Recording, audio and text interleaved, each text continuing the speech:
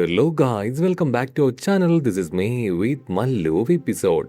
Episode opening സീനിൽ 16 ആണെങ്കിൽ വിളിച്ചു പറയും എല്ലാവരും ദൂരേക്ക് മാറി നിൽക്ക്, ആരും സഹായിക്കാനോ ഇവനെ അറ്റാക്ക് ചെയ്യാനോ അടുത്തേക്ക് വരാനായിട്ട് പാടില്ല. ഞാൻ എന്റെ സെൽഫ് ഡിസ്ട്രക്ഷൻ മോഡ് അതുപയോഗിച്ച് ഇവനെ തകർത്ത് കളയാനായിട്ട് പോവാണ്. ഗോക്കു ആണെങ്കിൽ അത് തടയാൻ ശ്രമിക്കും. അതിന് 16 ആണെങ്കിൽ തീർത്തു പറയും ഇതല്ലാതെ മറ്റൊരു വഴിയില്ല. ഡോക്ടർ ജിറോയുടെ ആഗ്രഹം ഈ ഒരു പ്ലാനറ്റ് നശിപ്പിക്കുക എന്നതാണ്. ഞാൻ ഒരിക്കലും അതിന് കൂട്ടു നിൽക്കില്ല. ഈ പ്ലാനറ്റ് അത് നശിപ്പിക്കപ്പെടാൻ പാടില്ല എന്ന് പറഞ്ഞ് അവനതിന് തയ്യാറാവും. ഉടനെ ചുറ്റുമുണ്ടായിരുന്നവരെല്ലാവരും ഭയന്ന് സേഫായ സ്ഥലങ്ങളിലേക്ക് ഓടുക.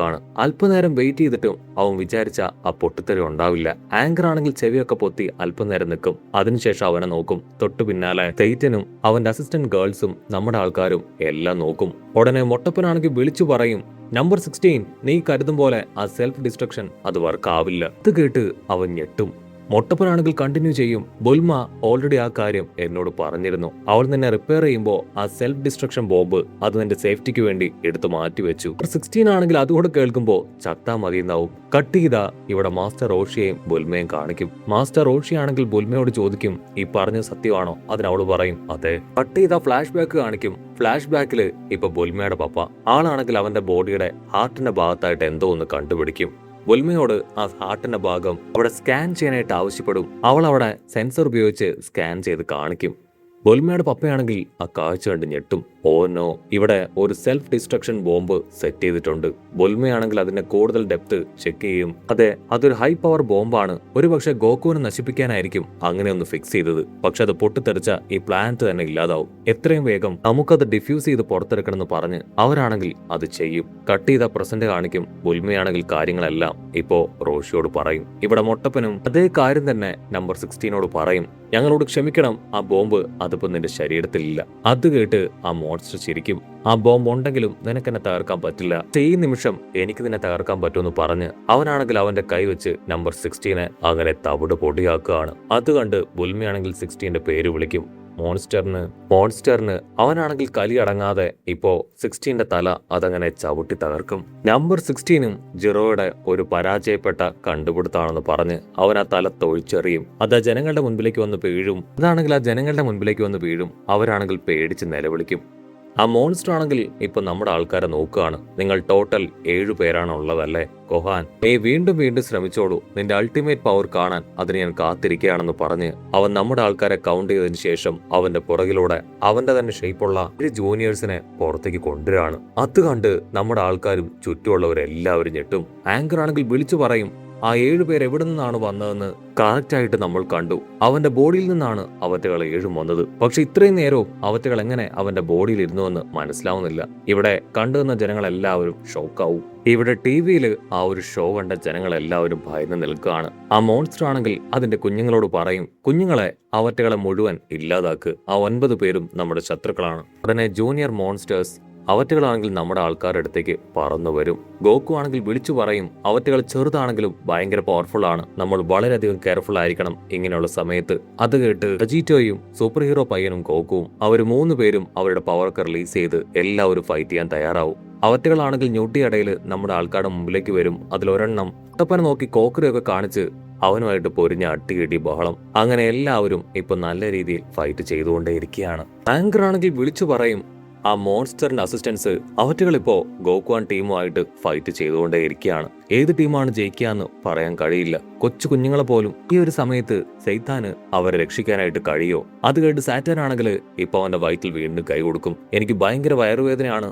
സാധാരണ ഒരാളാണ് എന്റെ സ്ഥാനത്തെങ്കിൽ അന്തേ കാറ്റ് പോയിട്ടുണ്ടാവും. ഇത് ഞാനായതുകൊണ്ടാണ് ഈ വേദന സഹിക്കുന്നതെന്നൊക്കെ പറഞ്ഞ് അവനാണെങ്കിൽ വീണ്ടും വമ്പൻ ആക്ടിംഗ് ഒക്കെ കൊടുത്ത് അങ്ങനെ നിൽക്കും. ഇവിടെ ആ ഒരു മോൺസ്റ്റർ കുഞ്ഞ് അതാണെങ്കിൽ ഗോക്കുവിനെ അറഞ്ചം ആഞ്ഞടിക്കുകയാണ്. അത് കണ്ട് ഇപ്പോ പിക്കലോ ആണെങ്കിൽ ഹാൻസം ബോയോട് പറയും, നമ്മൾ എത്രയും വേഗം ഗോക്കുവിനെ ഹെൽപ്പ് ചെയ്യണം. അവന്റെ ഫുൾ പവർ ഉപയോഗിച്ചുകൊണ്ട് ആ മോൺസ്റ്റർ ആയിട്ട് ഫൈറ്റ് ചെയ്തുകൊണ്ട് തന്നെ അവനിപ്പോ പവറില്ലാന്ന് പറഞ്ഞ് ചാടി വന്ന് ഹാൻസം ബോയെ അറ്റാക്ക് ചെയ്ത ആ ഒരു മോൺസ്റ്റർ കുഞ്ഞിനെ ചവിട്ടി തെറിപ്പിച്ച് ഇപ്പൊ അവർ 2 പേരും ഗോക്കുവിനെ അറ്റാക്ക് ചെയ്യാൻ ശ്രമിച്ച ആ ഒരു മോൺസ്റ്ററിനെ പിടിച്ചു വലിച്ച് അറഞ്ചം അടിച്ച് തെറിപ്പിച്ച് കളയും. ഗോക്കു ആണെങ്കിൽ അവരോട് താങ്ക്സ് പറയും. അതിന് പിക്കലോ പറയും, നമ്മുടെ ഇടയിൽ അതിന്റെ ഒന്നും ആവശ്യമില്ലാന്ന് പറഞ്ഞ് അവരിപ്പോ ഫൈറ്റ് ചെയ്യാൻ ടെററായിട്ട് നിൽക്കും. മോൺസ്റ്റർ കുഞ്ഞുങ്ങളാണെങ്കിൽ വീണ്ടും അവർക്ക് നേരെ വരും. ഒരു മോൺസ്റ്റർ ആണെങ്കിൽ ഇപ്പൊ മൊട്ടപ്പനെ പിടിച്ചു വലിച്ച് അറഞ്ചം പുറഞ്ഞ് തല്ലി താഴെയിട്ട് അവന്റെ പുറത്ത് ആഞ്ഞ് ചവിട്ടുകയാണ്. ഗോഹാനാണെങ്കിൽ മൊട്ടപ്പനെ ഉച്ചത്തിൽ വിളിക്കും. ഓ നോ, സിറ്റുവേഷൻ വളരെ മോശമായിക്കൊണ്ടിരിക്കുകയാണ്. എന്റെ ഫ്രണ്ട്സ് എല്ലാവരും അപകടത്തിലാണ്. എത്രയും വേഗം എനിക്ക് അവരെ സേവ് ചെയ്തേ പറ്റൂ.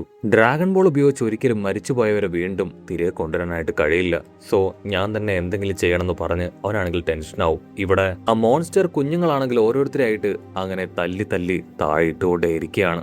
ആ മോൺസ്റ്റർ ആണെങ്കിൽ ഇപ്പൊ ഗോഹാനോട് പറയും, നിന്റെ റിയൽ പവർ ഇതുവരെ പുറത്തെടുക്കാനായില്ലേ? ഇത് കാണുന്നില്ലേ, നിന്റെ ഫ്രണ്ട്സുകൾ ഓരോരുത്തരായിട്ട് തല്ലുകൊണ്ട് താഴെ വീണുകൊണ്ടിരിക്കുകയാണ്. ഇനി ആകെ ബാക്കിയുള്ള പവർഫുൾ ആയ 2 പേര്, അതൊന്ന് വെജീറ്റയും രണ്ടാമത് ആ സൂപ്പർ ഹീറോ പയ്യനുമാണ്. ഓൾറെഡി നിന്റെ പപ്പ എന്നോട് ഫൈറ്റ് ചെയ്ത് കംപ്ലീറ്റ് ആയിട്ട് അവന്റെ എനർജി നഷ്ടപ്പെട്ടിരിക്കുകയാണ്. അവരെ എത്രയും വേഗം ഞങ്ങൾ തോൽപ്പിക്കും. ഇവിടെ വെജീറ്റ ആണെങ്കിൽ ആ മോൺസ്റ്റർ കുഞ്ഞിനോട് ഫൈറ്റ് ചെയ്ത് ഷോക്കാവും. ഓ നോ, എനിക്ക് പ്രോപ്പറായിട്ട് ഇതിനോട് ഫൈറ്റ് പോലും ചെയ്യാൻ പറ്റുന്നില്ല.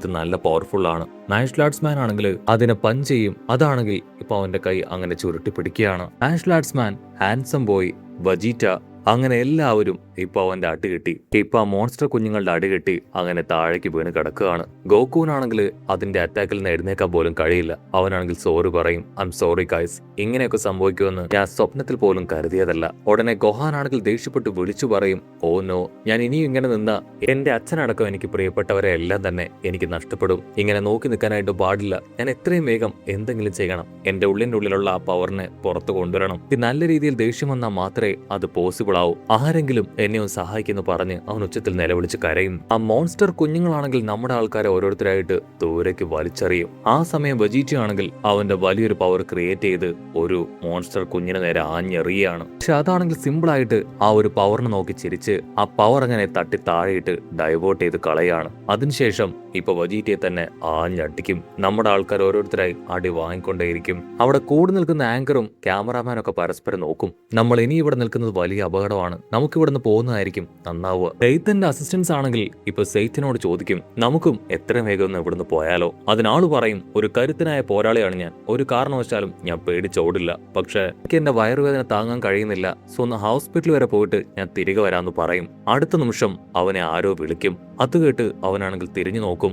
ആങ്കർ ആണെങ്കിൽ താഴേക്ക് ചൂണ്ടിക്കാണിക്കും. അവൻ ദൂരേക്ക് നോക്കും. നമ്പർ 16 തലയാണ് അവനോട് സംസാരിക്കുന്നത്. അത് കേട്ട് എല്ലാവരും ഞെട്ടും. നമ്പർ 16 ആണെങ്കിൽ അവനോട് പറയും, നീ ഈ വേൾഡിന് തന്നെ ചാമ്പ്യൻ അല്ലേ? ഇങ്ങനെ പേടിച്ചോടാനായിട്ട് പാടില്ല. നിനക്ക് എന്നോട് അല്പം ദയ കാണിക്കണം. നീ എന്നെ ആ ചെറിയ പയ്യന്റെ അടുത്തേക്ക് കൊണ്ടുപോകണം. സെയ്റ്റൻ ആണെങ്കിൽ ആദ്യം അത് കേട്ട് ഭയപ്പെടും. സെയ്റ്റൻ ആണെങ്കിൽ വേറെ വഴിയില്ലാതെ ഇപ്പൊ അവനെ തൂക്കിയെടുക്കുകയാണ്. അവന്റെ അസിസ്റ്റൻസ് ആണെങ്കിൽ സെയ്റ്റാനോട് പറയും, മാസ്റ്റർ, നിങ്ങൾ ഒരു കാരണവശാലും അത് ചെയ്യരുത്, വലിയ അപകടമാണ്. സെയ്റ്റൻ ആണെങ്കിൽ ധൈര്യമൊക്കെ സംഭരിച്ച് അവരോട് പറയും, ഞാൻ ഈ വേൾഡ് ചാമ്പ്യൻ ആയത് വെറുതെ അല്ല, എങ്ങനെയെങ്കിലും ഞാൻ ഇവനെ ആ പയ്യന്റെ അടുത്ത് എത്തിക്കുന്നു പറഞ്ഞ് ആ യുദ്ധം നടക്കുന്ന ഇടയിലൂടെ അവൻ ഓടും. ഒരു ഭാഗത്ത് ആ കുഞ്ഞൻ മോൺസ്റ്റേഴ്സ് നമ്മുടെ ആൾക്കാരെ അറഞ്ചം പുറഞ്ഞ് തല്ലുകയാണ്. ഇവിടെ ഗോഹാനാണെങ്കിൽ എന്ത് ചെയ്യണമെന്ന് അറിയില്ല.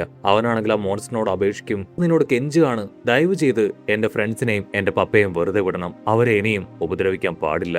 അത് കേട്ട് മോൺസ്റ്ററിനാണെങ്കിൽ ആവേശം കൂടും. അവനാ ഞാൻ മോൺസ്റ്റേഴ്സിനോട് ഇപ്പൊ നമ്മുടെ ആൾക്കാരെ കൊല്ലാനായിട്ട് പറയാണ്.